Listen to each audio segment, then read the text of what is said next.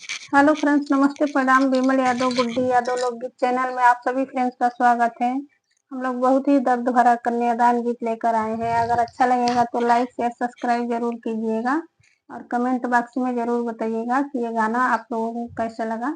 तो चलिए सुनाते हैं।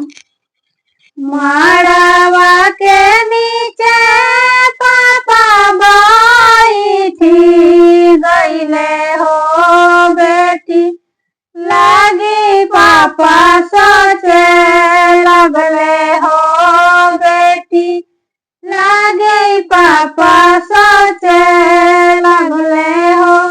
माड़वा के बीचे पापा बैठी गईले हो बेटी, लागी पापा सोचे लगले हो बेटी, लागी पापा सोचे लगले हो।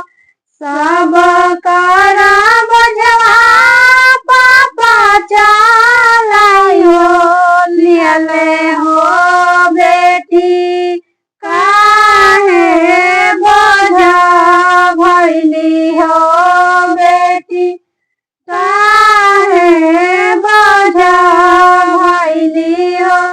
लड़िका से पसी कैसे आनो कैला हो आजू, काहे वीरानो कैला हो आजू, काहे वीरानो कैला हो।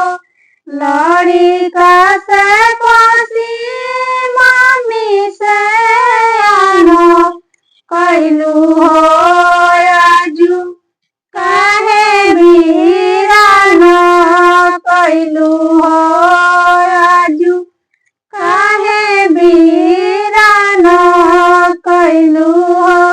दुनिया के रीति बेटी है बाटे हो केहू नहीं बेटी घरे राखे हो केहू नहीं बेटी घरे राखे हो।